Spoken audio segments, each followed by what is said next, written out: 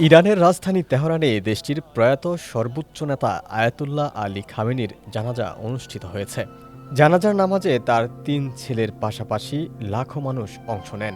ছিলেন ইরানের প্রেসিডেন্ট ও স্পিকার সহ সরকারের শীর্ষস্থানীয় কর্মকর্তারাও। তবে অসুস্থতা ও নিরাপত্তাজনিত কারণে বর্তমান সর্বোচ্চ নেতা মুজতবা আলী খামেনি বাবার জানাজায় অংশ নিতে পারেননি। ইরানের সংবাদ সংস্থা IRNA জানিয়েছে, ইরানের প্রয়াত সর্বোচ্চ নেতা ও তার পরিবারের ৪ সদস্যের জানাজায় ইমামতি করেছেন দেশটির অন্যতম জ্যেষ্ঠ ধর্মীয় ব্যক্তিত্ব আয়াতুল্লাহ জাফর সুবহানি।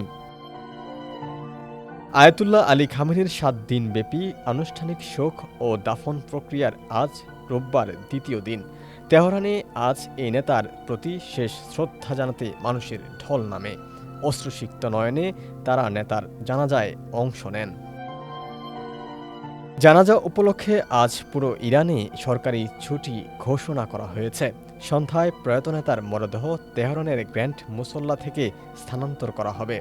আগামীকাল সোমবার রাজধানী জুড়ে শোক মিছিল হবে।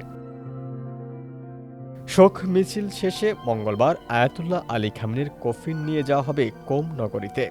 এরপর বুধবার কফিন নেওয়া হবে প্রতিবেশী দেশ ইরাকের নাজাফ আন্তর্জাতিক বিমানবন্দরে। সেখান থেকে শোক যাত্রা হবে নাজাফ ও কারবালা শহরে। সেখানেও শোকাহত মানুষ তার প্রতি শেষ শ্রদ্ধা জানাবেন। অনুষ্ঠিত হবে জানাজাও। ডেস্ক রিপোর্ট, সমকাল।